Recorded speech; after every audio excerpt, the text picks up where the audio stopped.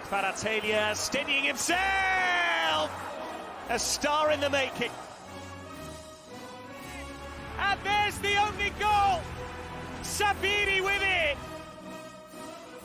After 11 years, once again, Milan are the champions of Italy.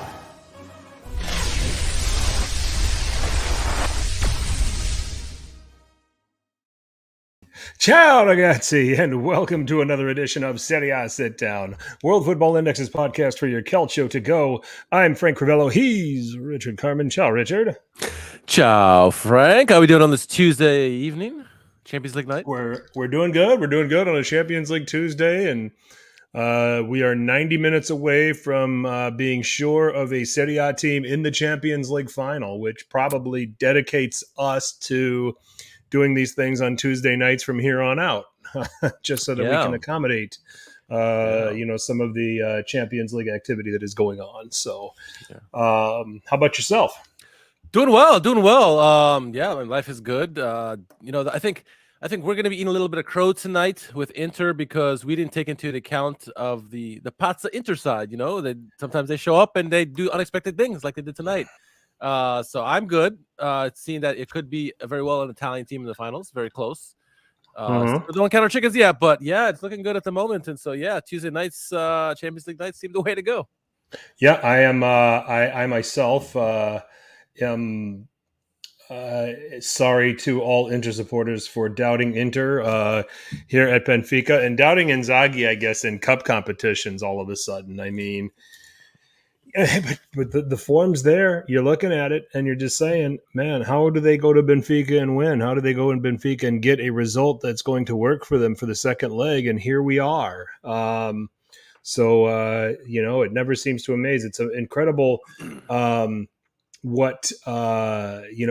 shifting. Some clubs just have that ability. They just shift their attention to a different competition and they flip the switch and off they go. So how about that Pazza Inter? Fail in Serie A, but Inzaghi is a cup merchant. And we've got Apex Crafters in the house. Anthony LaFleur's in the house. Anthony with another quality job of collecting some Who Won Calcio Twitter nominees for us. We appreciate that. Eduardo's always supported the Moneyball. Eduardo Hernandez. He shows up in the chat for Inter wins like Di Rosso or whatever his name is, shows up in my Twitter whenever Milan lose or draw. That prick. I've seen him in a while. I am not worth being trolled. I'm not. This guy just wastes his time. Every time an adverse result for Inter, this guy's going to show up and send me a message. It just was, it mystifies me. It's like, dude, do you have anything else going on with your life? So, and Anthony always delivers for us. You do, Anthony, and we appreciate it. Hey, salute. I've got a little Woodford Reserve going on here with this new soda that we found. It's called Olipop. Have you?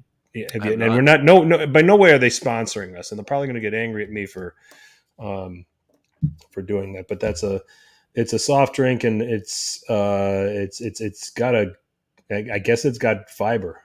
So according to my wife, and I took a look at it, like 9 grams of fiber. So just so you're aware, there's no bathroom breaks on our podcast, Frank. Just FYI. Don't worry, I'm pretty regular. I'm 40. I'm 48, not 78. So we're all good here. So fair enough. All right. So we're obviously going to start by breaking down Inter's big win here at Benfica in the Champions League, giving them a huge advantage heading into the second leg of the San Siro next Wednesday. We will also batch the rest of match week 29. Oh, I'm all over the place. We should probably also preview Milan and Napoli tomorrow because that's kind of important. So we'll get to that. We'll look at the rest of the European contest, see if we've changed our mind a little bit on any predictions that we've made up to this point. Try to figure out who's going to start in the 9 for Napoli tomorrow for you as well. And then a recap of match week 29 since that took place on Friday and Saturday. Highlighted by Lazio's big win 2-1 over Juventus.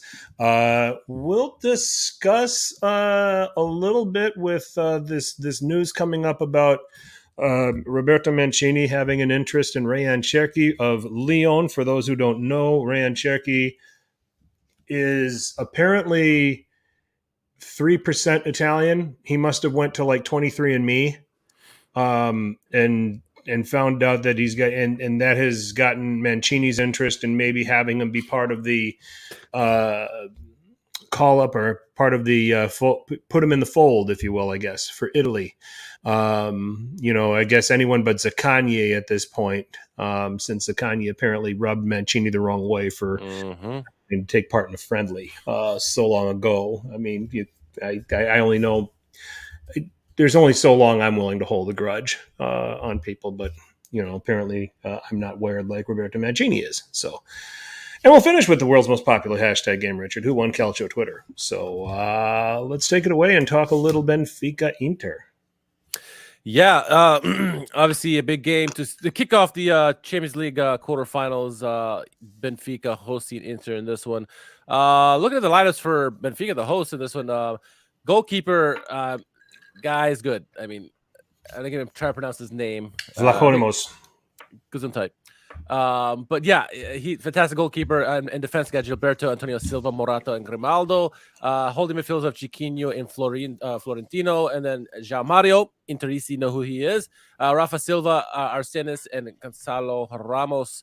Thoughts on the lineup? This is a team that we talked about for the last couple of weeks. Is that this is a dangerous team? They, as all Portuguese teams are, difficult at home.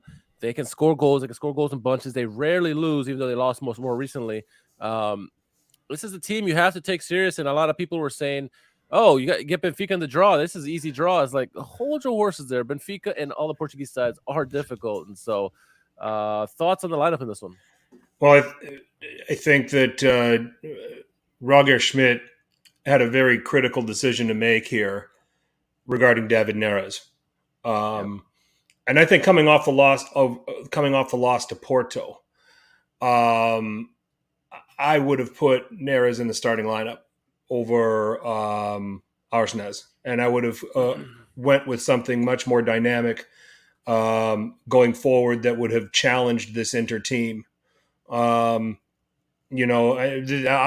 I speak this in hindsight's 2020 because the impact that Neres had a relatively decent impact when he did come into the game, but take Neres out of this, and this Benfica team looks a lot more pedestrian, a lot more predictable. I thought that Rafa Silva down the middle in the 10 was an advantage for Inter because of Brozovic's positioning. I thought that Gonzalo Ramos was going to struggle to have an impact on this game. With Serbi has been really good. He did an excellent job against Taremi. He did a good job here tonight.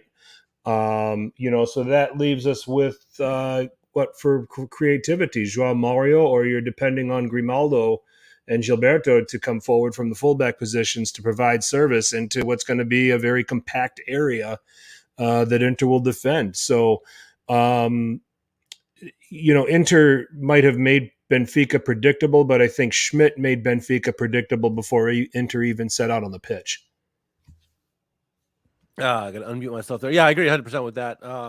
Certainly an interesting lineup. And I mean, again, like you said, they're going to be a little bit more pedestrian in this lineup than they were before. But I'm curious in Eduardo's thoughts on the way that Inter came out in this one. 3-5-2, standard formation. Say what you will in the form that's been in the league. But it's a proven entity in the Champions League in the knockout stages. And we saw that against Porto. And in this one, they came out with Onana, obviously, in goal. Back three of Bastoni, Acerbi, Darmian. Midfield of Di Marco, Mkhitaryan, Brozovic, Barella, Dumfries. Up top with Dzeko and Lautaro Martinez. Thoughts on the lineup?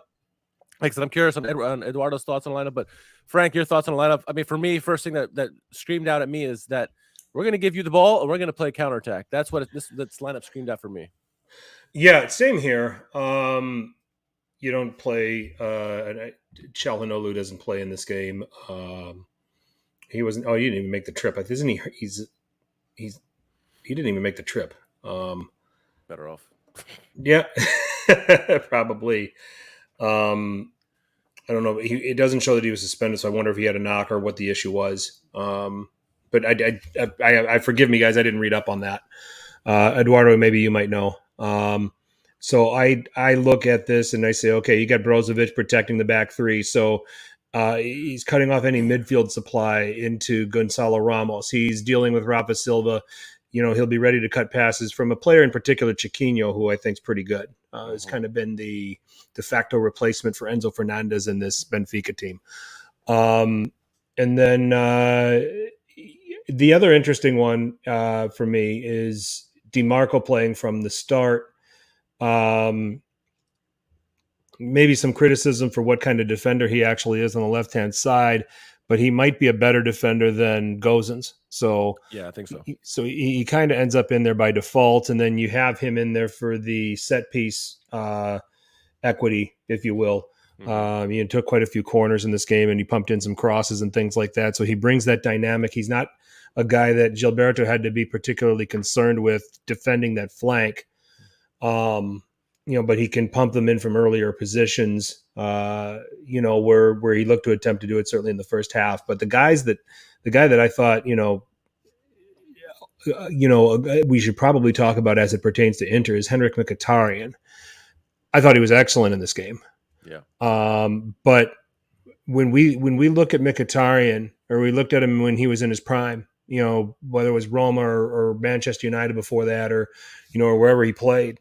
Shakhtar, yeah. Yeah, Shakhtar. Yeah, he was the midfielder that you better not lose when they countered.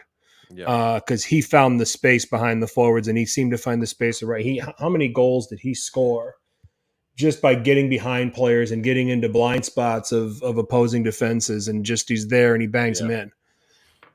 But his role's different. He still will do a little bit of that for Inter, but he's really turned into a engine room type midfielder, winning tackles, intercepting, will commit the professional foul here and there when it has to happen. But I thought he was one of the best players on the pitch in this game. I think that, people will talk about BRASILEIRA, and BRASILEIRA was excellent. He obviously scored the goal. We'll talk about Bastoni, who did everything from his position in that back three. But I think that, Mkhitaryan's a bit of an unsung factor, in how this played out. The Dzeko start surprised me. I thought that Romelu would start the game, but, Inzaghi might have decided, okay, let's put him in off the bench and bring something different when, if the game is tight or if we need to get an extra something or that sort of thing. And then we'll start with Dzeko as that aerial target for DiMarco's crosses, for Dumfries' crosses. And then, if we've got to make the switch and go to something different, we've got Lukaku to turn to. Yeah, 100%. It seems like Eduardo said that Çalhanoğlu picked up a thigh injury with Turkey. That's why he was left out of the lineup. I guess in the Fiorentina game, before the Fiorentina game. So it's with Turkey before the Fiorentina game. I kind of had a feeling that maybe Lukaku wouldn't start just because he started the Salernitana game and got a good amount of minutes in that game, I thought. But to your point, the pairing that seems working the best at the moment is Lukaku and Lautaro. But Dzeko has experience. Obviously, he's a savvy vet as well. Interesting first half. I mean, there were some guys who played phenomenal. I thought Mkhitaryan, Brozovic, some guys who were probably not so great in that first half. Particularly the wingbacks, DiMarco and Dumfries. Could the first half have gone? I mean, could have they gone down in the negative, down a goal or two in that first half, do you thought, after and then 0-0 obviously in the first half, but what were your thoughts on the overall in the first half assessment? I mean, I thought they did what was required. When you're an away team in the first leg of the Champions League, you're trying to get this, game shortened as much as possible. You're trying to limit the opposition as much as possible. Yeah. While at the same time trying to figure out where you can go find one. And I thought they did that. I think any of the real nervy moments of the first half for Inter were their own doing. And it wasn't out of nerves. It was just out of misexecution.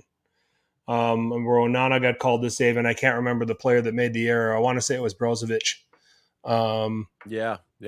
But, that stood out. But then you take a look at the first half. It's a Benfica that didn't really create a whole lot of danger. And I think that you have to, you chalk that up to how they started and the lineup that Schmidt put out there. But then you also chalk it up to the way Inter set themselves up, the way Inzaghi had Inter set up here in the first half. So no, I think that they did what was required. They did a professional job in the first half. Nothing really more than that, but sometimes you don't need that in these kind of ties. I think we see this a lot with Italian teams, maybe not so much Napoli, but certainly Milan and even Juventus, is that when they're in a cup tie, a two-legged affair, they're going to be pragmatic about things and be smart and not give up the big breakaways and goals. Say what you will about Inzaghi in the league and even Pioli. Both these guys know how to manage cup games, and it's evident in this tournament this year. Inzaghi in particular, we saw he did with Lazio, and this year the team. Are they as good as they were previously? Maybe not, but he's found a way for this team to hit the right buttons, and he's been hitting the right buttons, right calls in these games. And I mean, it's evident, obviously, in the Porto matchup, obviously in this first leg here against Benfica, and they're doing what they have to do to win. That's all that matters. And the cup ties, as we've seen it in the history with Italian teams, it's about the defense, playing smart and getting the goals when you need them, and they got timely goals.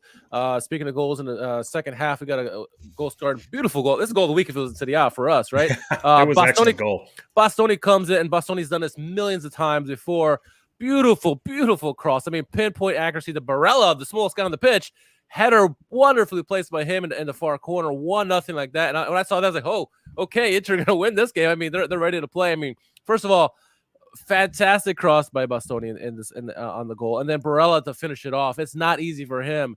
I mean, talk about this play and how it ended up, getting given into the lead early in the second half. I mean, pinpoint from Bastoni on the cross, and this got. I think the goal helped settle Inter. I agree for the balance of the game. I think they were assured in what they were doing and in the game plan that they were carrying out, but there were still those little pockets of moments that were, all worry, nervousness, things like that. Little, the slightest misexecution, the slightest lapse in concentration, and suddenly this perfect game plan you're carrying out, you're behind. So that goal I think settled them quite nicely. They were able to, allow Benfica to play a little bit more. They were able to allow, to take their chances on the break, make a substitution, make the substitutions like they did. All right. Martinez, Dzeko, DiMarco, Gozens can come in as a guy that, all right, now can we counter and can we get him bombing down the left instead of pumping in the early crosses? And now let's bring in Lukaku and Correa, who, aren't, Lukaku's probably more of a target, but both of these guys have the ability to stretch the other team on the counter. So I thought those were some interesting substitutions that Inzaghi made at that particular moment. What were your thoughts? Let's go more into depth about those substitutions, because at that time, and I think even the announcer said it, is like Inter just scored a goal. They're up. It's like, do you tinker or do you not? Because it's happened before where you tinker and it fails miserably, right? And the question is, like, do you keep the same team out there, run them ragged because you are winning and you don't want to, you're not sure that, you bring somebody else in, it'll change the dynamic. And Inzaghi rolled the dice and he brought in two strikers of into the mix, and it worked out. It ended up working out for them. Yeah, I don't. They were all like for like substitutions, so the shape wasn't going to change. Yeah, that's true. So it was just creating a different dynamic for what you did on the counterattack going forward. Okay, you still had the target presence with Lukaku coming in, but you had Correa who could run, who could stretch things. You had Gozens who could run and stretch things a little bit coming down the left. And I think that can sometimes give the opponent some concern. You're going to commit a lot of numbers forward, but this is still the first leg. Okay.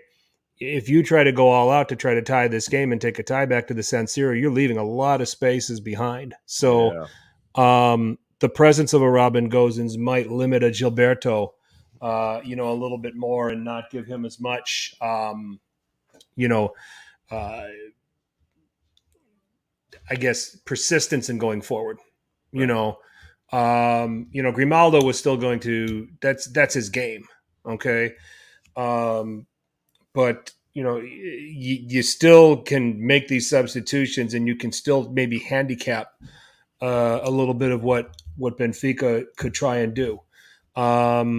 You bring in they bring in Neres after Schmidt brings in Neres after Inzaghi brings in his guys, and he brings out Florentino Luis. So now it's Chiquinho protecting the back four by himself. So that was the other elements, and I'm going to just go like for like, because you're going to make an attacking substitution, another player that's just going to fall right into our shape. And when we counter, that's one less guy you've got protecting your defense. So Sir Alex Ferguson did this all the time at Manchester United. He did. If you sub on a winger or you sub on another attacker, I'm going to sub on another winger too, and just because you're giving up a space by bringing somebody out trying to get back in the game, I'm going to bring a winger that can attack that space. Exactly. I saw Carlo Ancelotti do it when he was at Chelsea against Manchester United. It was a league game, but he brought on I think it was who was the young kid. Name escapes me. Ivorian player though. But he did it after Ferguson brought on Nani, and Ancelotti brought this guy on knowing full well that Nani never tracks back. So he's going to bring this guy into the game, and he's just going to have him go into the spaces. And I think that he was part of the buildup that gave Chelsea a goal that killed the game.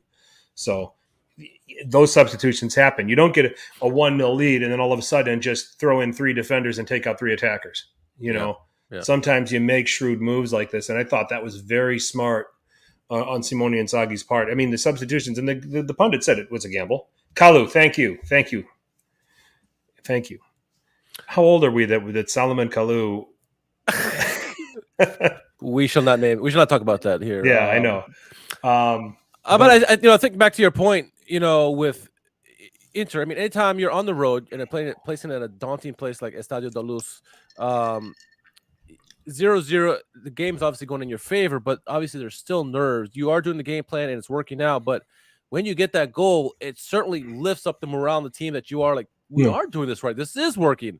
And it gives you the extra confidence to continue on forward. And we certainly saw Inter in this game continue forward. And I think they probably looked the more dangerous of the teams, I think, of the two teams, going down the stretch of the second half. And with that persistence, there was a foray into the box, lots of chances going off around the goalkeeper, and lo and behold, they call VAR.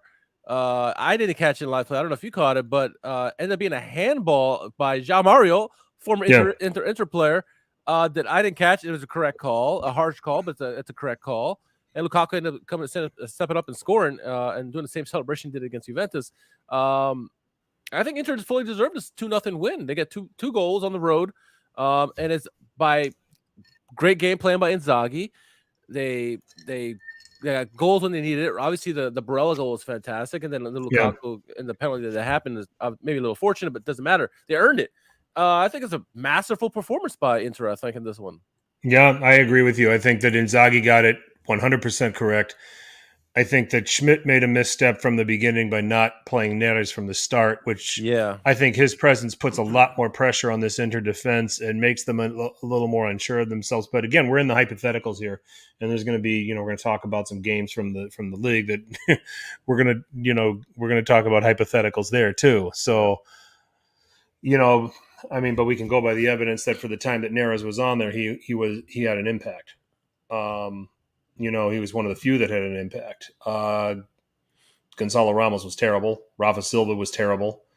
João Mario, I think we've already, the Inter Twitter feel like João Mario was the best player for Inter. in this game. I mean, you look at this statistic wise, outside of possession, it was a fairly even game. But I think optics wise, I thought Inter were by far the better team. I don't know what were your thoughts on the game. I mean, obviously 2-0 scoreline says dominant, I guess, but what would the optics tell you? I think they were more comfortable in what they set out to do.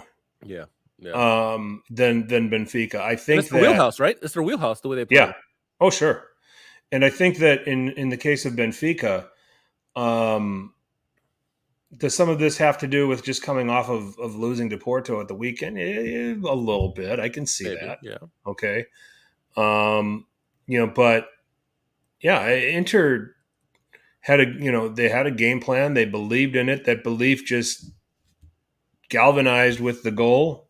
But Benfica scores an early one. It's very easy to see this Inter team get unglued. Yeah, that's very true. At the same time. So the game worked out for Inter, and now they've got this massive advantage. It would take one of the all-time bottle jobs for them to go out. They'll have the crowd behind them at home. They're still going to have to be wary of what Benfica can do going forward. There's no question about that. But this was, and Michael said it. He said Michael's echoing basically. Michael's giving the Cliff Notes version of my long-winded take here. Inter knew their identity completely, and Benfica looked uncomfortable the whole time. So, and Eduardo, yes, a trap game is coming against Monza. Now we are ready to suffer against Monza. If it's anybody, it's Inter. Yeah. You know that B&G are going to be fired up for that game. Oh yeah. Bunga offers around. Yeah, they probably already do. Not to deviate off the topic too much, but Berlusconi is in the hospital. I don't know if he's still in the hospital. He was had some heart issues or something going on, so speedy recovery to him, obviously. Wish him well. Yep, absolutely. But yeah, Inter win 2-0. Next game, second leg, is on April 19th at 3 p.m. Eastern time. Hosting, obviously, at the San Siro, or Giuseppe Meazza, excuse me, for the Inter DC. Yeah, it's gonna. I mean, I know Michael Richards was ready to say Inter are in the semifinals. I don't know if I'm ready to anoint them yet in the semifinals. They have a good lead, but like you said, anything can happen in these ties, two-legged affairs. But they have one foot in the door that makes it very close to be a all-Italian semifinal and an Italian team in the finals, which would be fantastic for Serie A. But yeah, next game. It's all Inter to play for. It is Pazza Inter. It's Inter. So we do have to pull the reins a little bit. So, but we like the chances. Inzaghi in the cup, I think I have to like that. If it was in the league, and that was just going to be what I was going to ask. I mean, do we, where do you rate as far as current managers that are out there? Where do you rate Inzaghi in the, as far as in the European landscape, as far as cup managers go? He's got to be up there. He's got to be up there. If you're asking me which of the remaining managers are more likely to blow a lead, he's not one of the first names I think of. He isn't. Yeah. I think what we've seen with him under Lazio and what we've seen with him, his small sample size with Inter the last few years, the last couple of years, is that they're not a team that tends to blow these kind of games. And tactically wise, he's one of the better ones in that remaining. And they've got a team that knows their identity, like Michael said. Mm-hmm. They're not going to deviate from that. And yeah, they're going to be at home, but they're going to say, hey, Benfica's going to want the ball because they're going to want to score. That plays again to their wheelhouse. I feel confident. I mean, they're going to have to weather the storm, as you would expect. But I think Inzaghi's going to have the team ready. They're going to have that enormous aura of Giuseppe Meazza at their back, spurring them on. It's going to motivate them. And I don't see them collapsing. I hope not, at least for Serie A's sake. But Inzaghi is one of the top managers remaining in the league in terms of cup experience and how they would do in the cup. And I wouldn't even say Guardiola's up there, even though he's had a good team. He hasn't won a Champions League since Barcelona days, right? He might have a good chance this year. Yeah. Inzaghi is certainly, towards the top, I would say. Yeah, he's got to be, as of managers that are currently active, he's got to be as good as there is. Ancelotti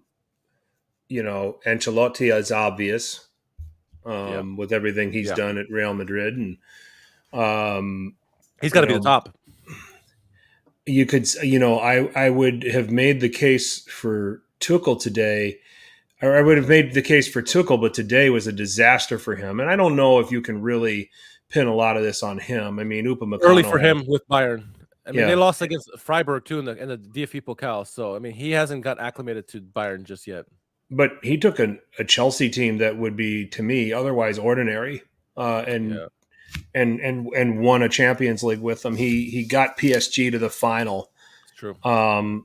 Nobody else has gotten PSG to the final with all of the riches and all of the resources, or close, or even close. Right. So you can maybe make a case for Tuchel. Set aside today, though, if you do it. Guardiola, it's just been so long because of the, he hasn't won the Champions League since he was at Barcelona. Klopp is up there. Yeah, I'll agree with that. Klopp is, he's been 2 finals and he's won another one. He's actually 3 finals when you look at his Borussia Dortmund team. Exactly. That went out that lost to Bayern. So yeah, Klopp's up there as a great cup manager. So I think Inzaghi deserves to be up there when you look at this year getting in. Inter on the doorstep of the semifinals, got him through the group stage last year, got Lazio to the last 16 of the Champions League. So I think that you can make the case for Simone Inzaghi as one of the top cup managers in Europe now. That I'm not afraid to say that. So we move on. Richard, we got Milan and Napoli tomorrow. And the biggest question that I think that needs to be answered is who plays the 9. Thought I saw a blurb from one of our friends, and I want to say it was Joe Fischetti, who said it might be Raspadori that he trained. Yeah. Still training today. He was? Okay, so he will... In all probability, we're expecting Raspadori to start in the 9 role. Yes. Flanked in all likelihood by Kvaratskhelia and then Politano. SofaScore projects Lozano to start. I think you could flip a coin on that position, but yeah, I mean, the rest of the Napoli lineup is going to be standard. It's Zielinski, Lobotka, Anguissa. It's going to be Di Lorenzo, Rahmani, Kim, and Rui, and then you've got Merritt in goal. And then Milan, I think you're going to see a pretty similar setup to what they did when they went to the Maradona. Krunic is in the quote-unquote 10. Diaz will go off to the right. Yeah. You'll have Tomori and Chiara in the back. So let's talk about this, okay? Because now we've seen 2 Napoli games without Victor Osimhen. Okay, we saw the game at the Maradona against Milan. We saw the game at Lecce. For all of the plaudits we've given Lecce for being a tougher outfit at home, Napoli still came away and won. But it took a very silly own goal for Napoli to get that game over the line. Do you worry that the wheels have, and this will be, we saw the effect of a Milan with an informed Rafael Leao, because let's remember the first leg match at the San Siro when they lost to Napoli, Leao didn't play. Yep. So we've got a lot of things going on here. Give us a rundown on how you see this game. I also keep in mind, I would not be surprised too if Politano starts in that false 9 with Lozano at right, and if Raspadori really is injury question, maybe Spalletti saves his legs just a little bit for the second half. But that's we'll see what happens there.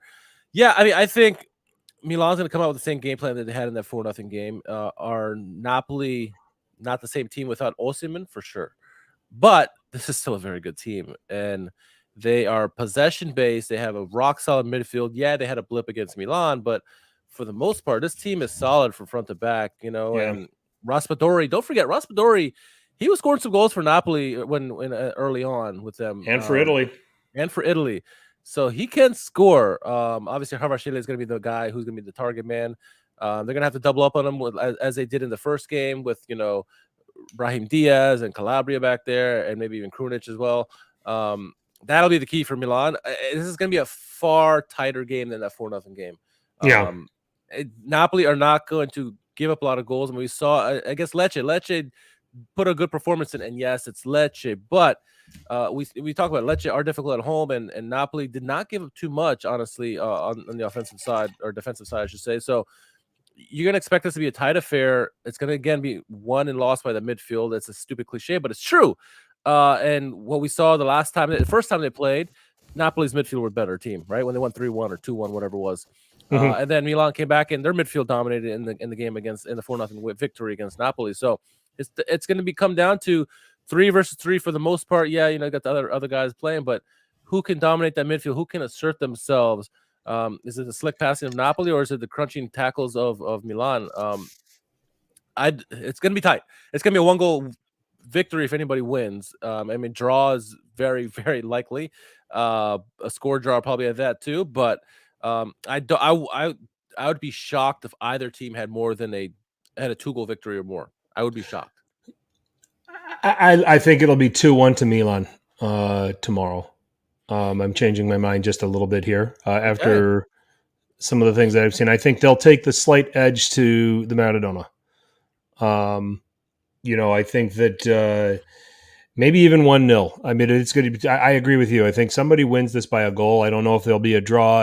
Right now I lean Milan just because I've got a 2-game sample here with Napoli without Osimhen, and are they still producing? Sure. Are they as clinical? And not so much. Yeah. And then how effective is Raspadori going to be first game back? Mm-hmm. He's not going to play 90. Salamanca's going to score again? If he plays, I mean, right now he's not slated to. Yeah. So I think that Raspadori is a little bit easier to contain for Chiara and Tomori. I think it allows Milan to maybe shift things over in the direction of Kvaratskhelia, but you got to be careful with whoever is over on the right. If it is Lozano, okay, because they've been here in the Champions League at least, they've been getting goals from the right hand side. So maybe in Serie A not as much. So this will be interesting. I don't think you see any. Di Lorenzo scored against Lecce. I don't think you see him creating any danger coming forward. He's going to have to be wary with Leao coming forward, with Teo Hernandez coming forward. That's not a space you want to leave too much. Rui might have a little bit more license to go forward if he's the starter there. Zielinski through the middle, if he can get a foothold on this, that creates some problems for Milan. But overall, I think it's going to be a 1-goal advantage for Milan, and I think it's going to come down to something odd that we didn't expect. Okay, usually games like this do. Yeah. So somebody unsung steps up, makes something big happen that creates a goal, scores a goal, and I think that's what we're going to see happen tomorrow. Slight edge to Milan heading back to the Maradona. They'll be taking a 1-goal edge. I'll go 2-1 because I think Napoli's going to be capable of scoring here. 1-0 wouldn't surprise me either, but let's go 2-1 to Milan. I think we're going to see a stark improvement by Lobotka. That was by far his worst game, maybe with Napoli, and certainly this season. So he's going to be better. I agree. I don't think Di Lorenzo's going to be pushing up that much because of that left-sided threat that Milan possess. Don't be surprised to see Min-Jae Kim push up. He's been very willing. He's very Lucio-like for a former Inter player, defender. Very willing to push up on the attack when the situation presents itself. He could be someone you have to keep an eye out for. It's going to be a runner. I think that could catch Milan off guard. I think again it's going to be a tight game. I think Milan play better and more comfortable, loose on the road, and I think this first game they're going to be a little hesitant to give too much. I think I would not be surprised 1-1 scoreline in this one, just because I think Milan at home have never been giving me that much confidence, even though it's a fantastic crowd. It's going to be amazing. Just for some reason, they play more loose and more discipline on the road.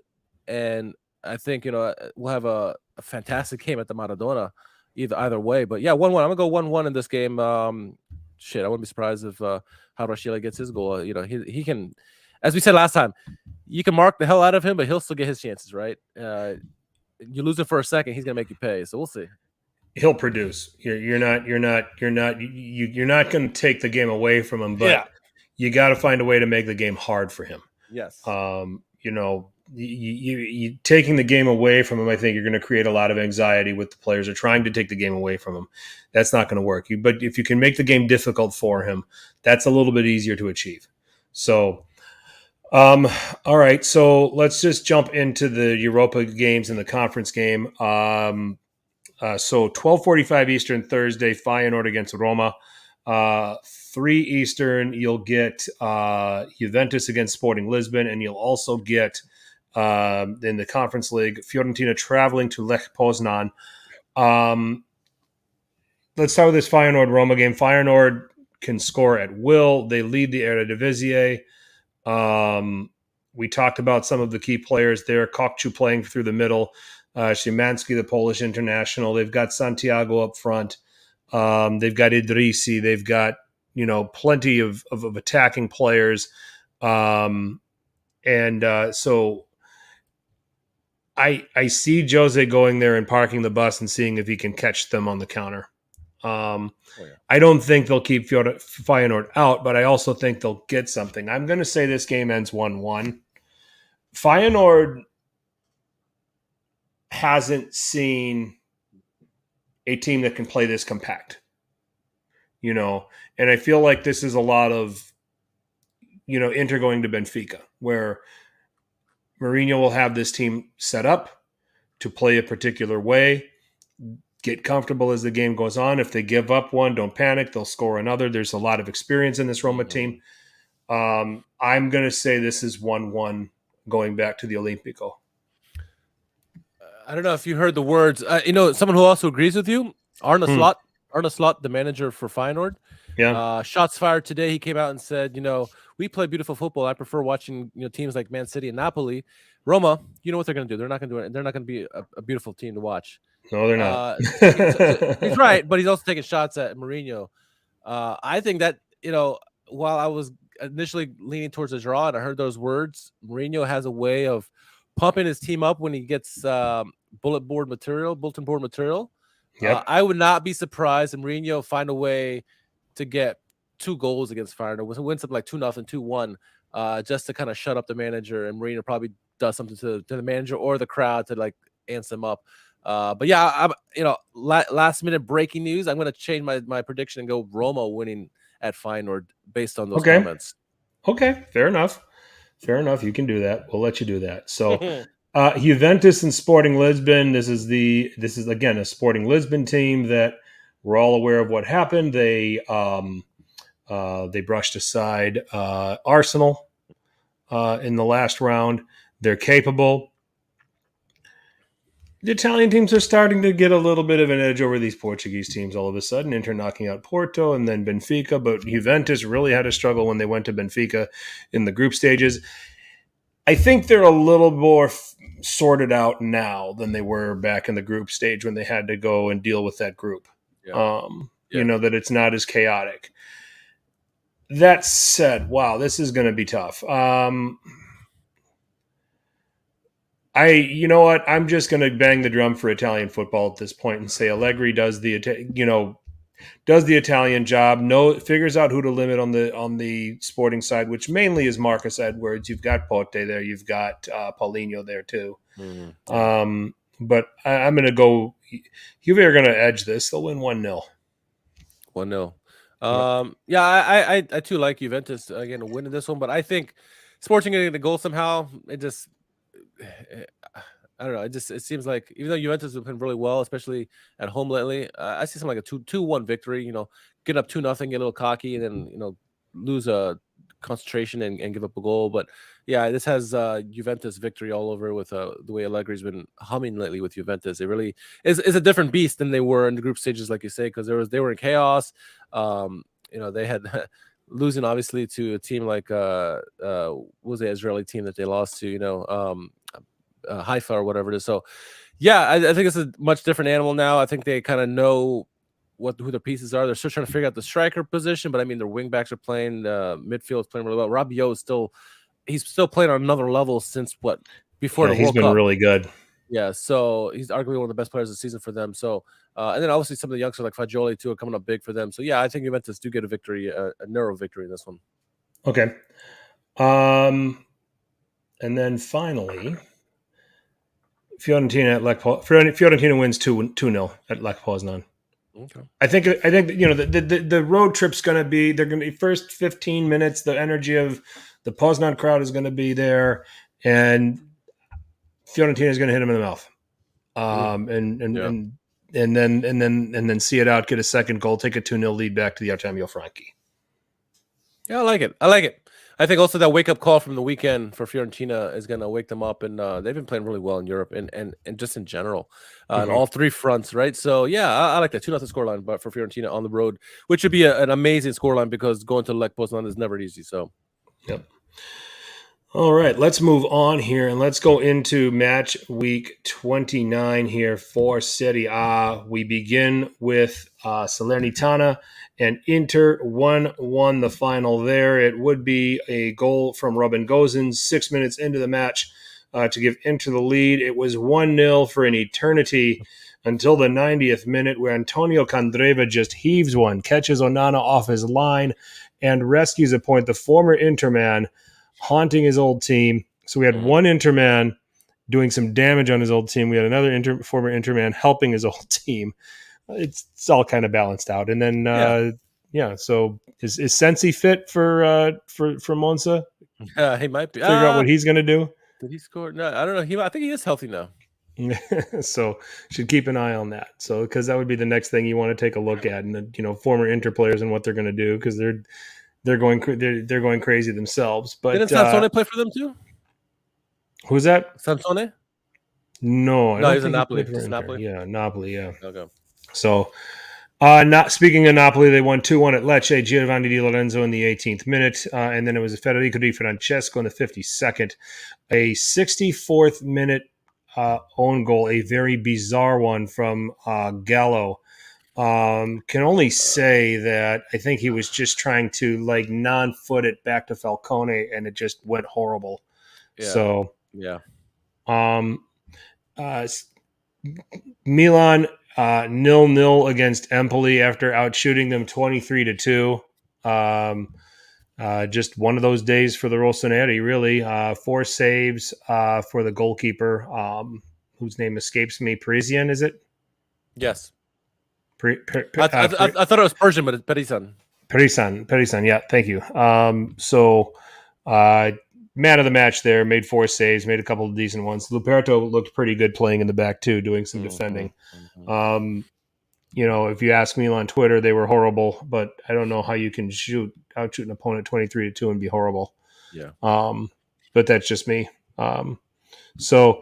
Moving on to Sunday's games, began with Udinese and Monza. Very entertaining game here. 26 shots between both teams, a 2-2 draw as it ended up.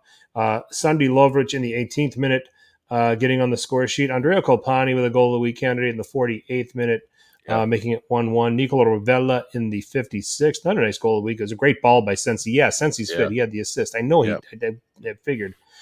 And then in 92nd minute, Beto with a penalty to spoil it for Monza and get a point for Udinese. Italia tried to eat somebody in a penalty box and causes a penalty.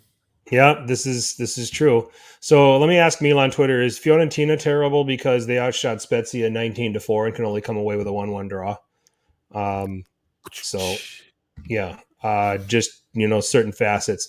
It was an own goal for Fiorentina though. It was Wisniewski, but then 32nd minute goal of the week candidate for me, Dragovski, the goalkeeper, big ball to Mbala Nzola. This is a man's goal, how he had to fight off the defender and finish that. Milan's prioritizing a striker for the summer, and I'm coming around to I'd be perfectly happy to see Nzola in a Milan shirt. Yeah, so I would too. But imagine with the players around him what he might be able to do and how dynamic he can be. But 1-1 there between Fiorentina and Spezia. Bologna with a win at Atalanta. Man, Thiago Motta's done it again. Nicola Sansone in the 48th minute. And then in the 86th, Riccardo Orsolini sealing the win there.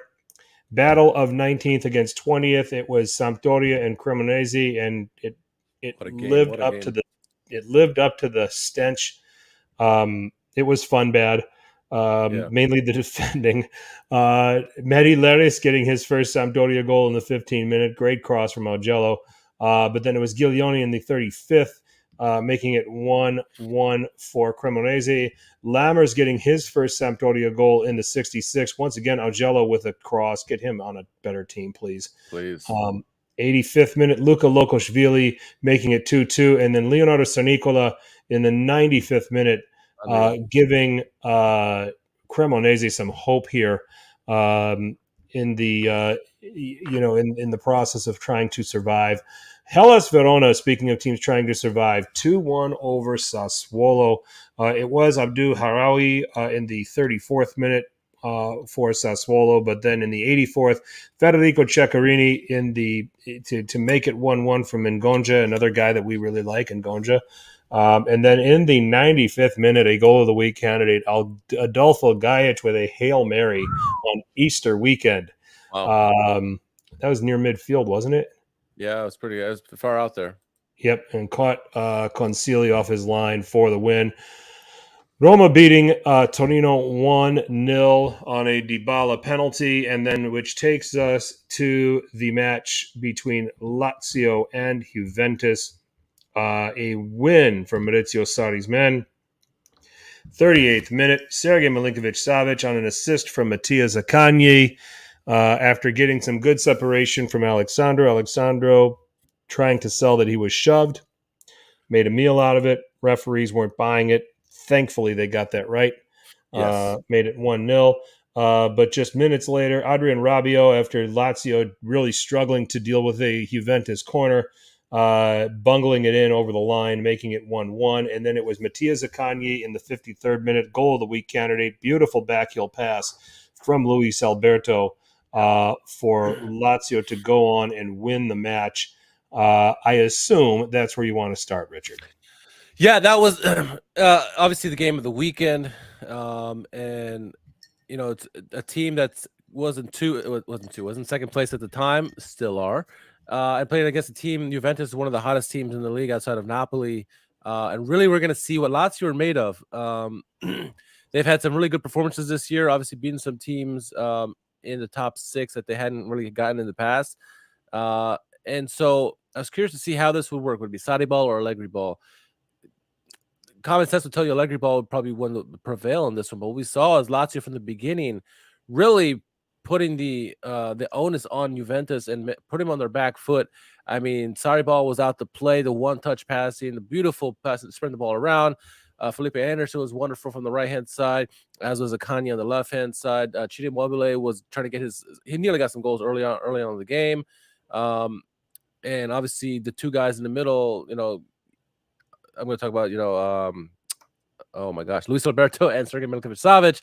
They were fantastic, and both were crucial in their goals that happened in the game. Obviously, Milinkovic-Savic with the goal, and then Luis Alberto with that phenomenal backheel flick to set up a Zaccagni for the goal. Yeah. Well-deserved goal. I mean, I think you got to give Juventus credit. They obviously are a good team. They responded quickly after Lazio had scored. But Lazio just were too good at home, and all credit goes to Sarri. We talk about masterful performances, in particular Inzaghi in Champions League. You can say the same thing for Sarri, I think, and he had his team ready to play. He knew exactly how he wanted his team to attack Juventus, and they did it phenomenally. And yeah, 2-1 victory there, much deserved. They could have really won 3-1. I think Zaccagni had a second goal that was ended up taken off for offsides, rightly called. But yeah, Lazio making a statement in this game, I think, saying that, hey, we are going to keep that second place spot. You're going to have to earn it to beat us. And, really both Roman clubs are putting the onus on the Milanese clubs to say, hey, come get us. We're the new dogs in town. So great performance by Lazio, I thought. Yeah, I agree. I think that, they keep and what's important is they keep creating separation. They're now 7 points clear of Inter. A little bit of insurance policy if Juventus somehow get their 15 points back. Yeah. Big time. But I think they're safely going to the Champions League. Yeah. Next season at this point, they are very difficult. They're going to be very difficult to go to beat here for the duration. They got it all, don't they? I mean, I think the only thing they're really, really missing is the defensive midfield. They got one that's decent right now, but I mean, I think the defensive midfield has been an improvement with their team, and the center backs. I think whether it's Cataldi or who's the other fellow that they put back there. I just had the team lineup out, and I put it away. Either way, it's a good team. It's a good team that they have here. Obviously, can play defense. They can obviously score goals, and they can play one-touch, beautiful passing too. I mean, Sarri's finally got them playing the way they want, and it seems like all is well in Sarri and Luis Alberto world. I guess the conflict that they've had is gone, and now they seem to be on the same page, at least for the time being. Vecino and Cataldi Vecino, have taken turns at that position, yeah. and it's been a relative improvement. I mean, it was Lucas Leiva before that, so I still think they need to be better in the fullback positions. Maricic and Hustai are not going to be sustained success. I think that is Lazio's priority in the window. In the Mercato this summer. Maybe another midfielder, maybe another attacker too. But I think it's paramount that they grab 2 fullbacks, in this Mercato, guys that are going to be more dynamic than what they've played with, than what they've been accustomed to having. So, so that would be where I would look to try to strengthen this team. And then you give yourself a really good starting 11. They go to Spezia next, and then they host Torino. They also have the benefit of no Europe. Everybody else around them is still in Europe. Exactly. But then they're at Inter, host Sassuolo, at Milan. So they have a great chance over those games, and that's between April 30th and May 6th. So that's that space of that entire week. They have a great chance to really get this solidified with those games. That's a huge week for them coming up. Because then falling down Lecce, at Udinese might be hitting the beach by then. Cremonese at home. Cremonese might already be relegated by them. And then Empoli at the end, where Empoli is going to be – they're going to give up. We might have a good idea of the top 4 after that week. Yeah. So Lazio from April 30th through May 6th, those 3 games. At Inter, hosting Sassuolo, at Milan. 7 points out of those 9, for sure, stone cold lock in the Champions League. Okay. Yeah.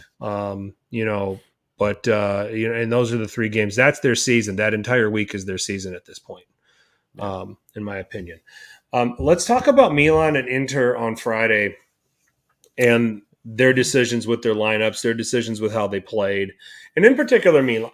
Okay, because I had a huge problem with much of Milan Twitter. I clashed with a lot of them. There was a lot of frustration about only getting a 0-0 draw against Empoli.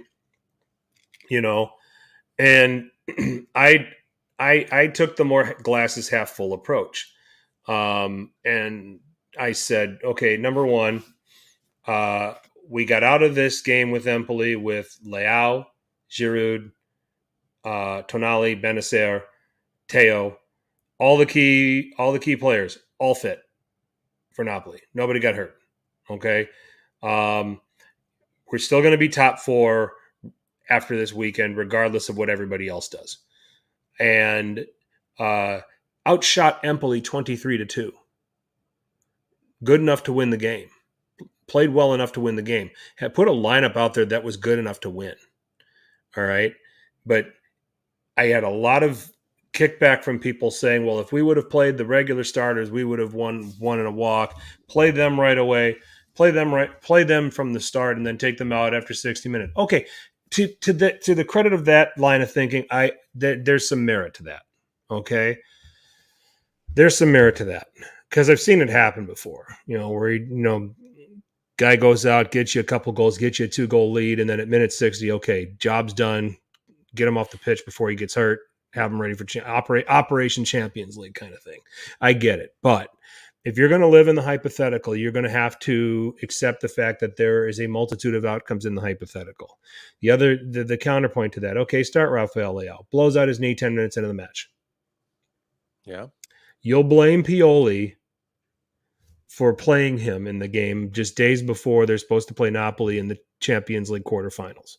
Exactly. And but instead, you're blaming Pioli for not starting the starters in a game where they outshot Empoli 23-2, had plenty of chances to win the game. Sometimes you just don't score goals, regardless of, and who's to say that the starters were going to be presented with those same chances and score?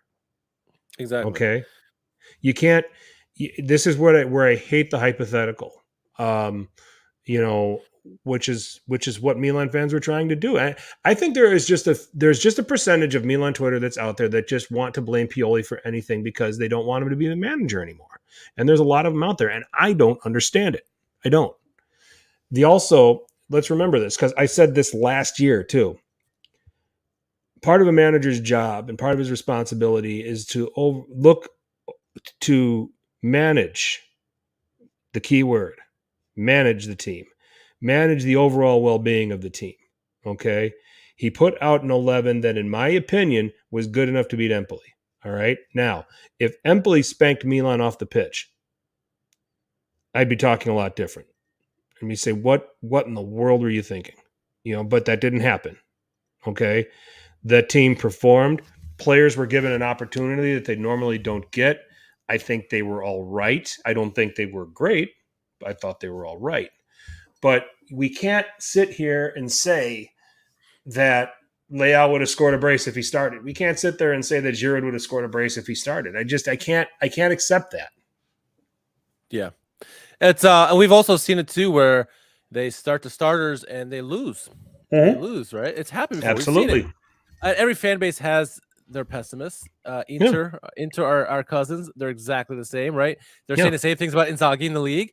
And oh, by the way, both these managers have their teams deep in the Champions League with the potential of being in the semifinals against each other. And if that happens, I don't want to hear anybody complain ever again. I understand this, the whole let the starter start and then get an early lead and then get out. But you said somebody can get hurt. And at this point in the Champions League, especially if you have intentions of going deeper, you got to rest the guys when you can. And Inter were doing the same thing, and they were struggling in their game. Yeah, they got a goal or lead, but they ended up giving up a goal. You got to manage it. You have to manage your team accordingly. We've seen too many teams in the past, both Milan and Inter, or Lazio with Lazio and Sarri, not Lazio, Napoli and Sarri in the past, right? Playing your players too much, and then they're paying for it. It's never easy. No matter what the call is, it's never easy. But I guarantee you, like you said, had Milan started the starters and one of their key cogs blown out their knee, that's a fireable offense almost. Almost. That's much more. It's a better situation to lose a game or draw a game with all your starters healthy for a big tie versus someone gets injured and you get a tie or even a win. Even if you get a win, right? You get a win, but one of your key players goes out injured, right? I mean, Napoli are without Osimhen and Simeone. Yeah.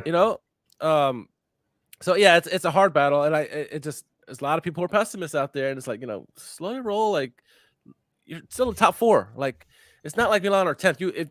Some of these comments made it seem like, oh, they're in 10th place right now. Like, no, they're not.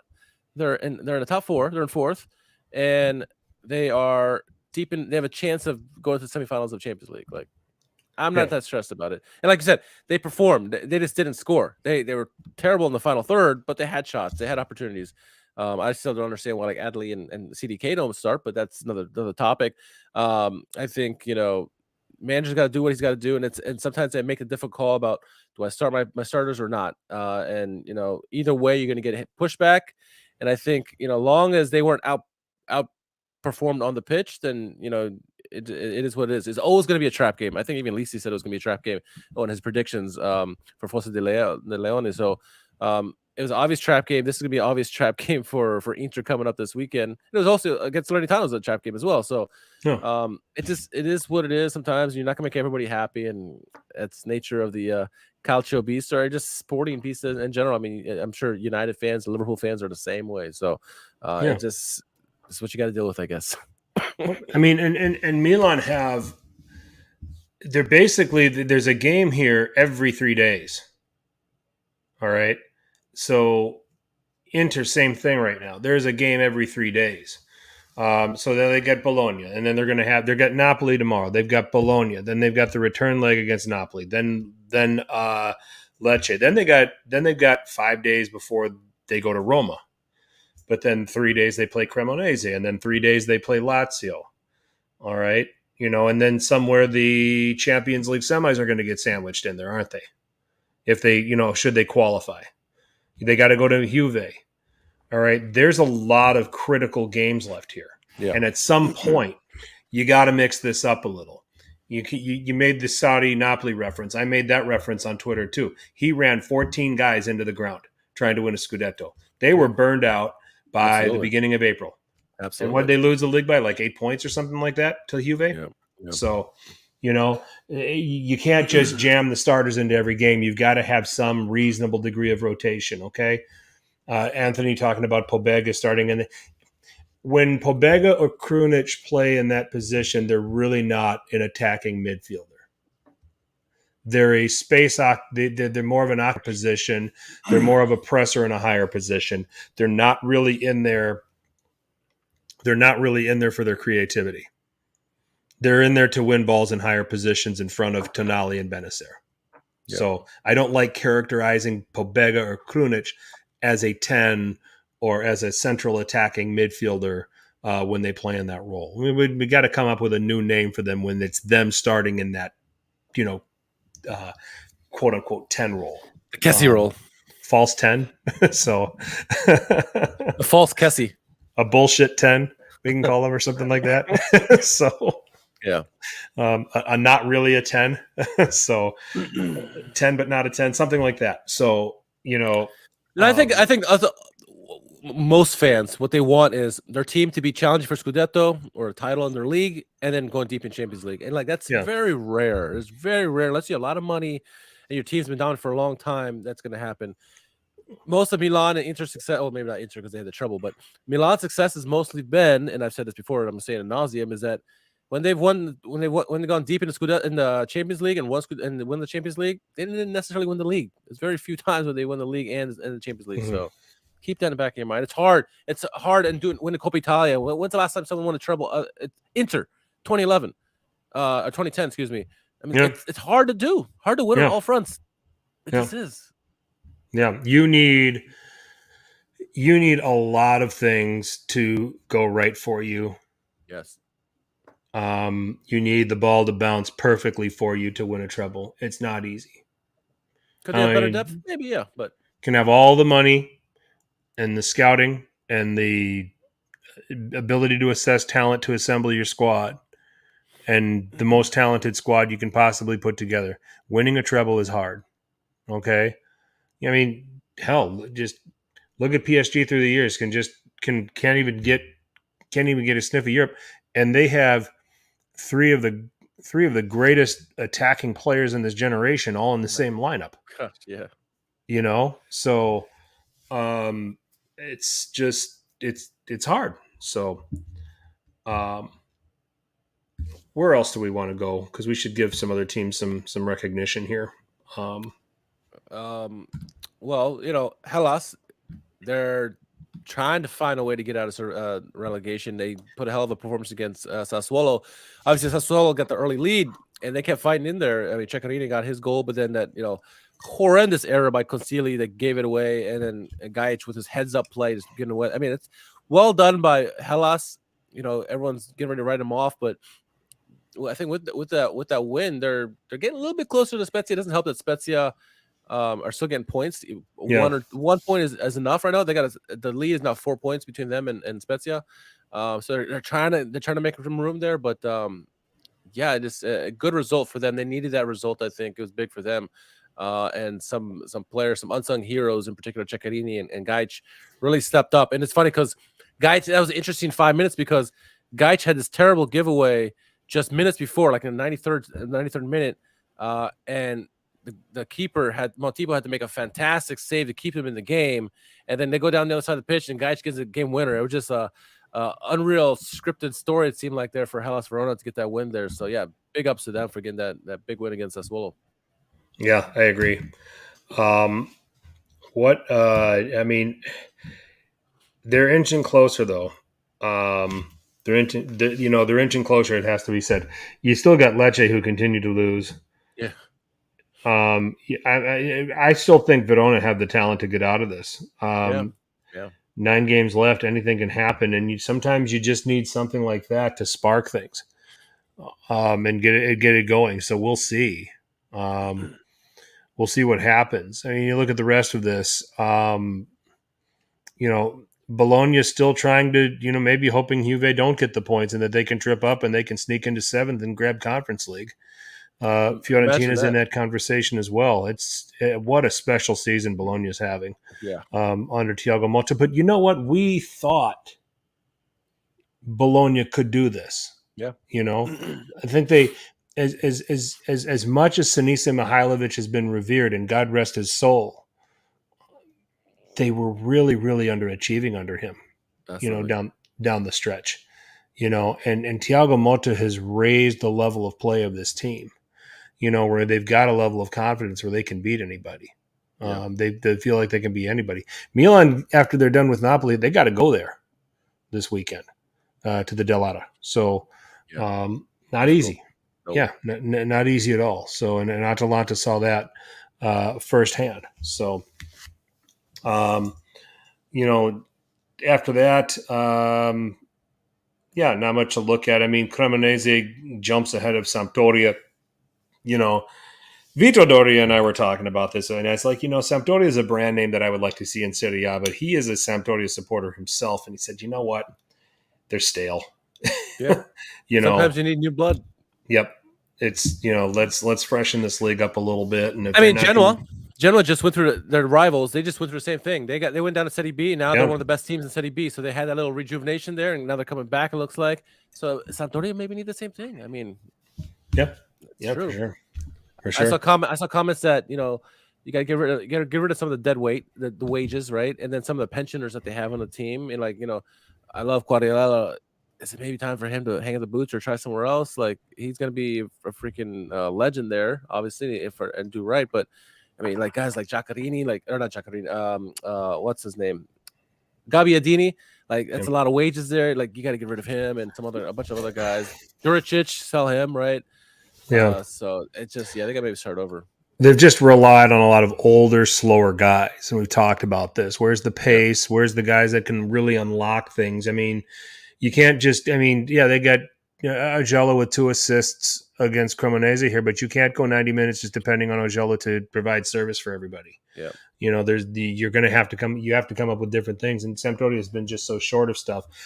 Now, I hope this doesn't do Dejan Stankovic in, that I hope that they've agreed to something, that if this was going to be their fate and they knew it, that he gets to stay and be part of that project to bring it back up. Because I would like to see it. I think he's a good manager. I think he's, he did some pretty nice things with Crvena Zvezda. He made them competitive in, whether it was Champions League or whether it was Europa League. They certainly didn't qualify or go deep or any of that other stuff. But, when you watch those teams fought, and they played for their coach, they just weren't as good as the teams they were up against. They managed to pull a couple of wins especially at home. But I think that there's something there if you can let him have a chance to build the project in his vision, in his way, regroup in Serie B, and they can come right back up. Yeah, that's true. Only thing I want to say about this match week left is, again, racism reared its ugly head in Juve Lazio matchup. This time it was Lazio fans against Quadrado, and it just seems to be a never-ending pandemic in Serie A. It's all European football, but we're focusing on Serie A, obviously. Last week, obviously, was with the Lukaku thing, and Juventus have they banned the Curva for one game. Whoop-de-doo. Somehow Lukaku got the yellow card kept on there. He didn't get taken away, which is mind-blowing to me.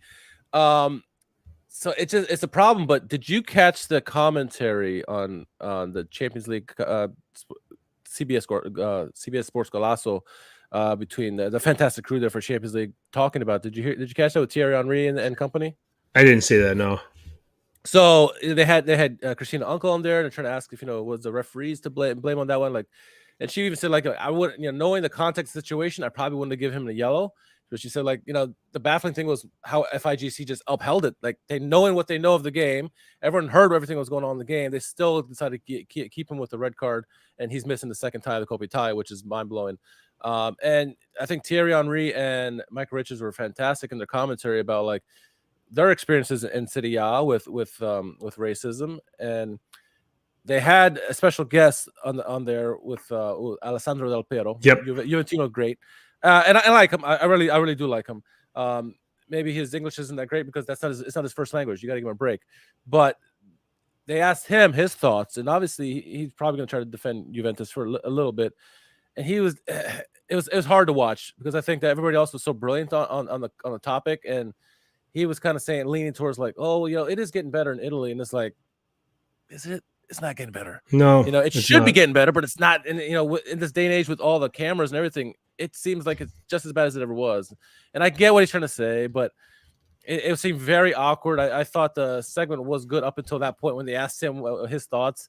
And again, I like Del Piero a lot, but I just think it is almost like he was defending. He was like, "Oh yeah, we're getting better," and it's Italy. And I'm like, no, man, I'm not cool with that.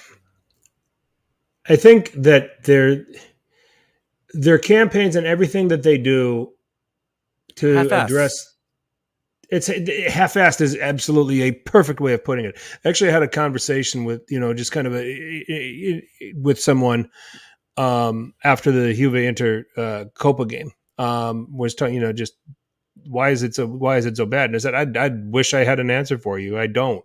I said it's pathetic, and I said, and I think the problem is that the leadership, is so half-assed about doing anything about it. And when they have a campaign or do anything about it, it's really hard to take it seriously because it looks like it's just something they just threw together and that sort of thing.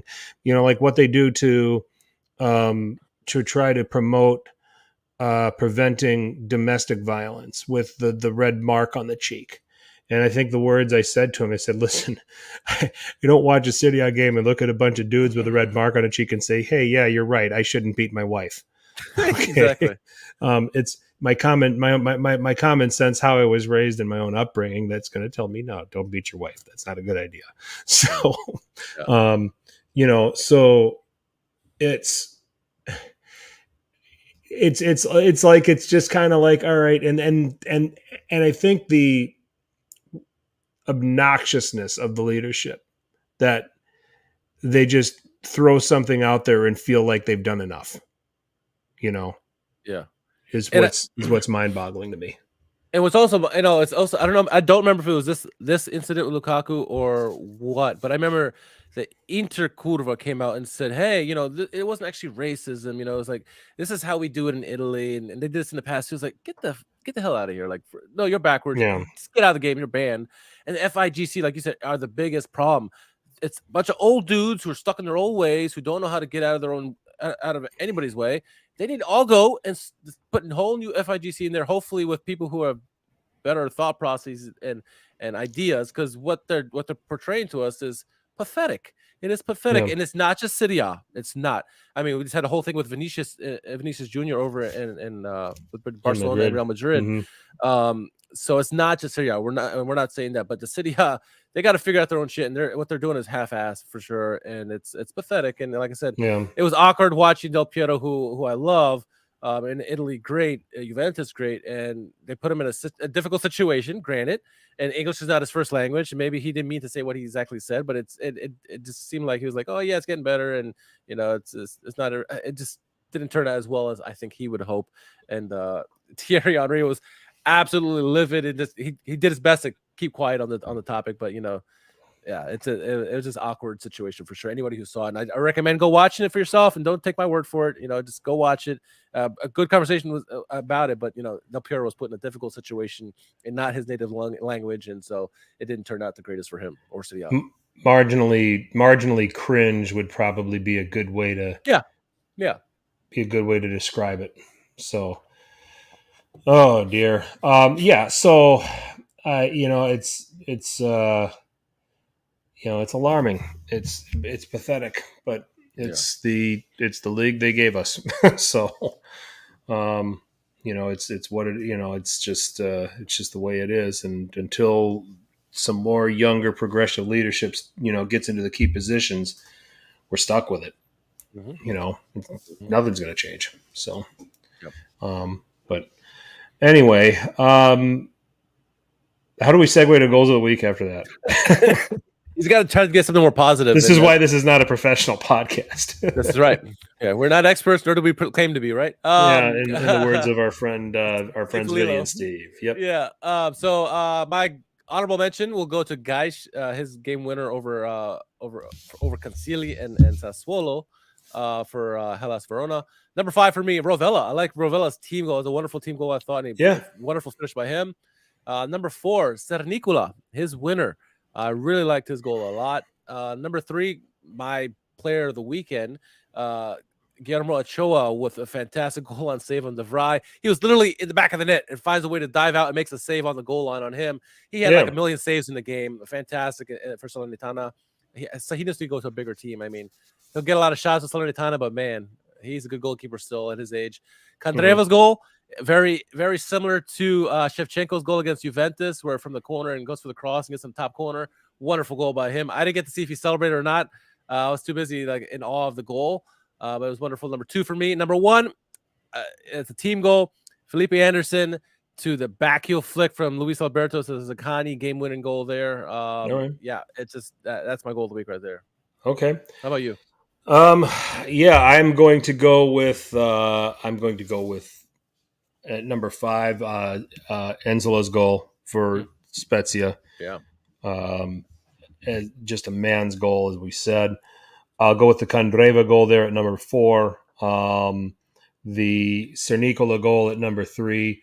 Zaccagni number 2. My goal of the week is Gajic's goal from distance to win a game. I mean, it's almost a buzzer beater to win a game, really. Yeah. So I'll go that route, and I'll just to be different, I'll go with Gajic's goal. But man, Zaccagni's goal was special. All 5 of these goals were really good. Yeah, it was a good weekend for goals. It was a very good week for goals. So. And goalkeepers too. I mean, Ochoa, but also Motipo was great. Skorupski was great. I think Dragowski had a good weekend as well. I mean, there's some really good goalkeeper performances as they are every week, right? Yeah. Dino joining us about Milan versus Napoli. Napoli without strikers. We covered this earlier. Dino, we think Raspadori may start or play some role, so there will be a striker of some note. Well, we think that Milan will win the first leg by a goal. Or you do. I do. You think it'll be a score draw 1-1. So, yeah. So that's where we're at on that. And then, much tighter than that 4-0 game for sure. Yes, Cliff Notes version. But glad you can join us, Dino. Yeah. So we covered that. So we've covered everything. Well, no, we one more thing. So one more thing. Some of the stories breaking about Roberto Mancini considering Rayan Cherki. For those who don't know, he plays for Lyon in Ligue 1. He's I believe, an attacking midfielder, maybe a winger. My dog has more Italian than Cherokee. Yeah. So, what's your thoughts on this? It's a joke. And if it doesn't work, maybe it's time for Mancini to go. I mean, I get there's beef between him and Zaccagni. Yeah. There's some other fantastic Italians that you could call up as well. Mm-hmm. But he's holding this against Zaccagni, and I don't know the full story, and I don't know the full context, but he's got some beef with Zaccagni and is going to refuse to call him up when Zaccagni is clearly the best Italian attacker that you could call up. Clearly, right. I think by far. And you're potentially not going to get qualified again, potentially. And if it does, he should be in a Ventura type situation. I mean, it's good. Hopefully, it doesn't blow up in his face. And obviously, they found with Retegui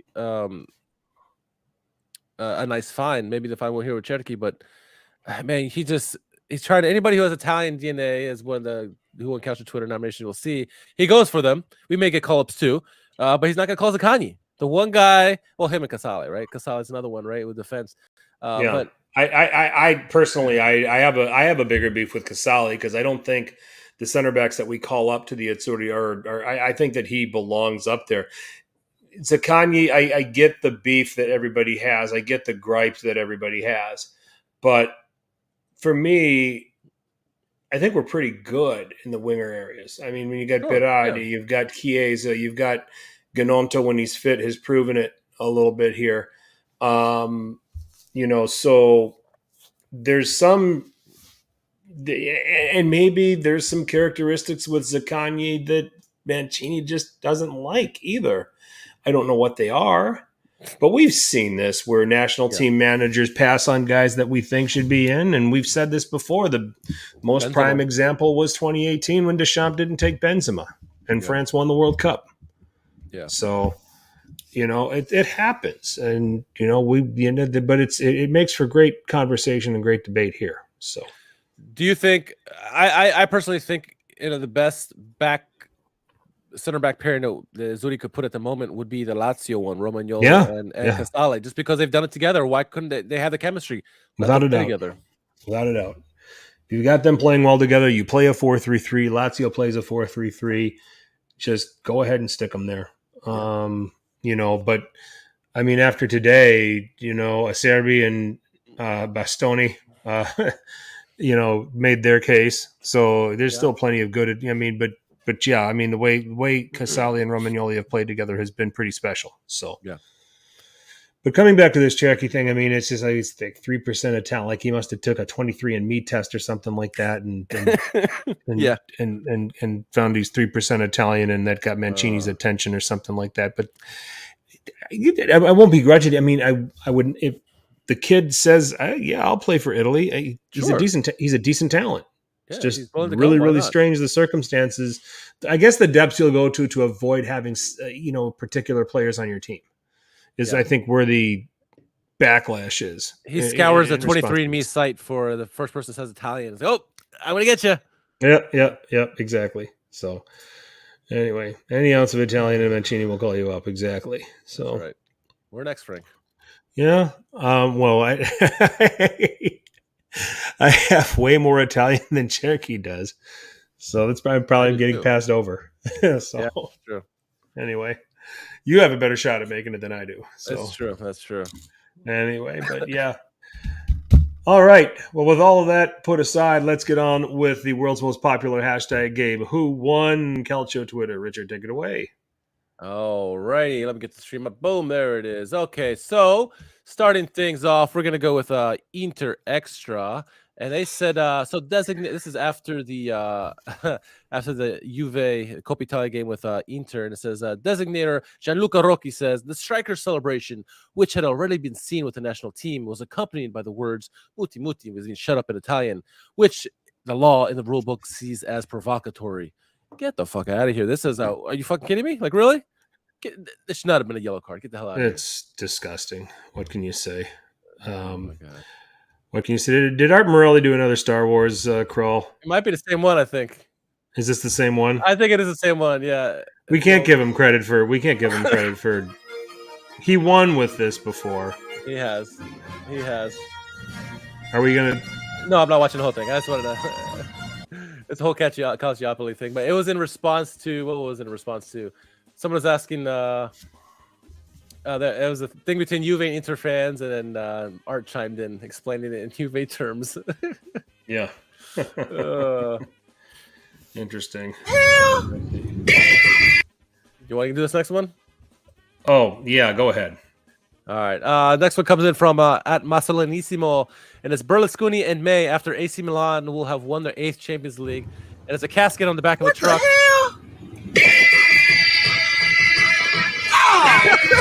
Oh god.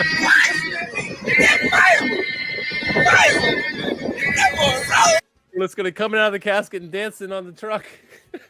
Oh my god. Might be too soon for that, but yeah, that's funny. That's hilarious. Just a bit. Okay, so Apex Crafter nominated Nima, our friend over there at the Italian Football Podcasts. Imagine if they did a similar video of stadiums in Italy. This is about the 10 venues for Euro 2024 in Germany. Yeah. And then Nima presents the video. Dumpster fire. Yep. That's true. Yeah, a lot of these stadiums, they're just relics. So. Oh my goodness. All right. Moving on next. Bob nominated this next one. Oh gosh. This is an old, if you know WWE or WWF, you know this, but it says 26 years ago today, if you know, you know. And it says, he says, meanwhile in Italy, and this is when Booker T dropped the N-word, and that's the. I saw that live when it happened. Yeah, I was too. Like, and I had to like remind, did he just say that? And Sherry's face is like, he just said it. Yep. But yes, I remember that. We remember that, so. All right, so it looks like we nominated that twice. So let's move on to our friend at Gillis15_. This was after they beat Napoli. Milan Twitter on Sunday. They're all holding hands and singing Kumbaya. And today, Milan fans today, after the Empoli draw, setting themselves on fire. Oh, that's true. Accurate. Very accurate. Very accurate. All right. Let's see. So Matteo Bonetti, Empoli goalkeeper Samuele Perisan, picture below, celebrates his clean sheet against Milan. That's our friend Gigi Buffon there. That was good. Napoleonismo's back. These guys again, huh? Maignan when Quadrado tries to punch him like he did to Handanovic. That's a good throw. Wow. Yeah. And that's because Maignan shows him training kickboxing a la Zlatan. So that's what they're saying. He would kick his ass. So, yeah. All right. This one comes from Lazio. This is my favorite here. So this is after... I'll give you some context. After the Juve Lazio game, Juve were complaining left and right about the referee's call, this and whatever, this and that. And so Lazio, their official account, came out and says, "Oh yeah, we can complain too, but we don't." And they created a whole video where Juve are just fouling them left and right, penalties, and it's like, we just move on. Happy Easter. I like that. All right, another one from Napoleonismo Mancini. When someone gets 0.1% Italian on the gradient app. Chasing him down.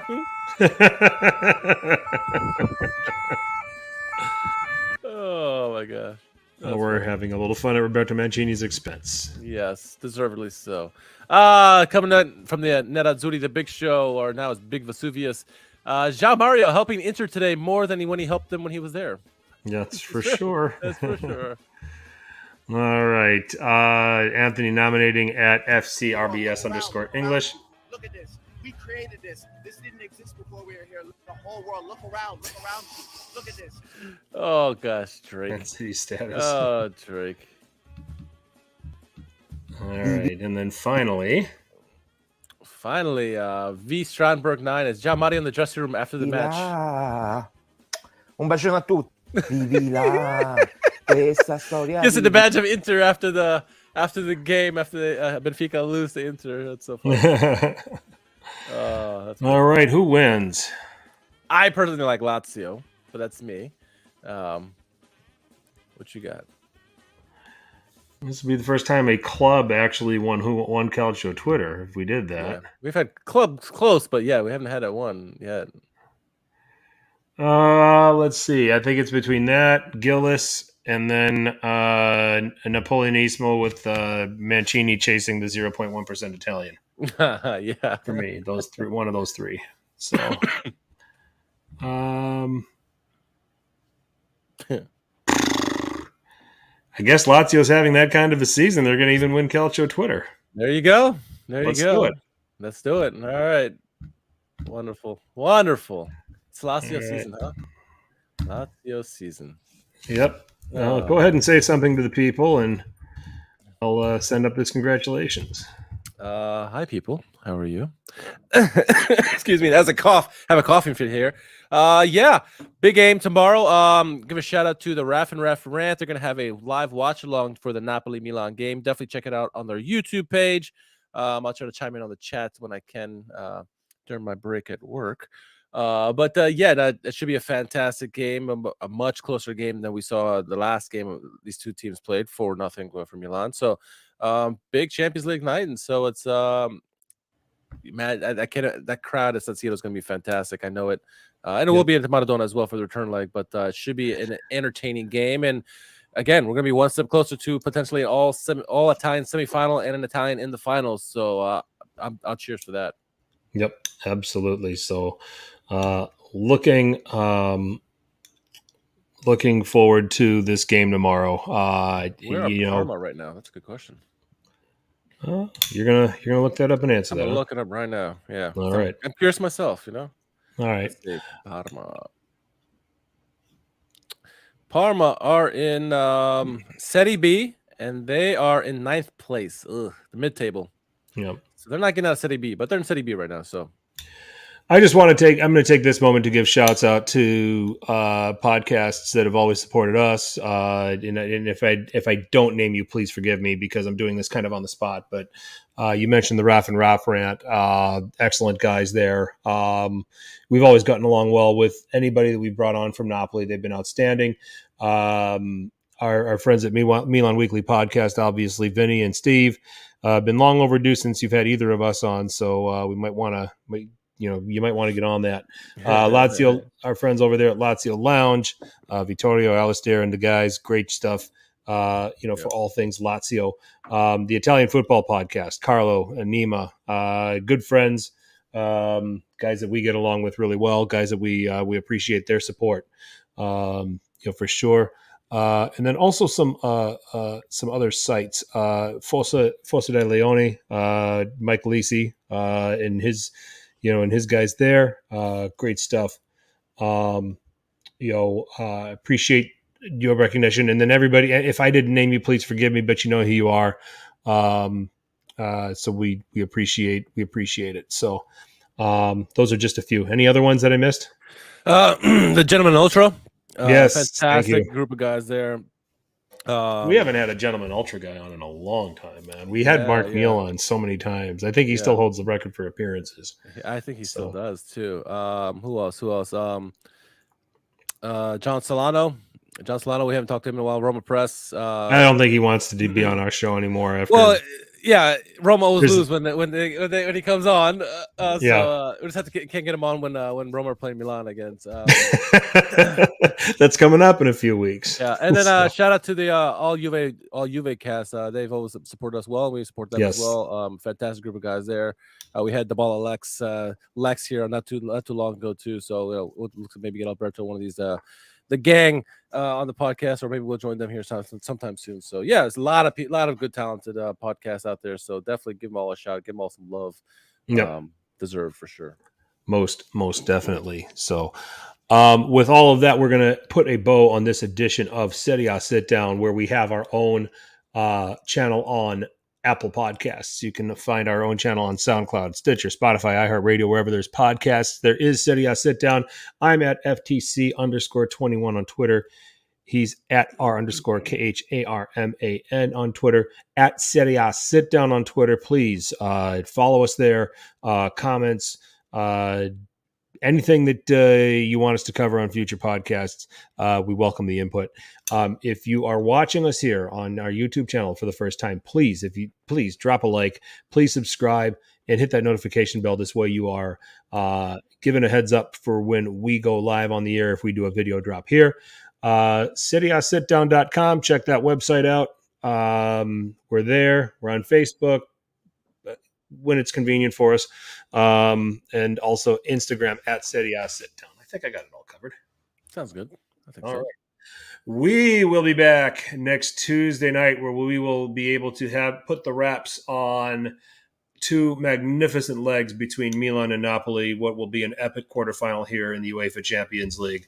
And we'll talk about which team qualifies for the semifinal, hopefully, and in all likelihood against the Inter. You all then. Sound good, Richard? Sounds good to me. All right. Well, that'll do it here for all of us at Serie A Sit Down, and for the two of us at Serie A Sit Down. He's Richard. I'm Frank. As always, tell your paisans about us. Ciao.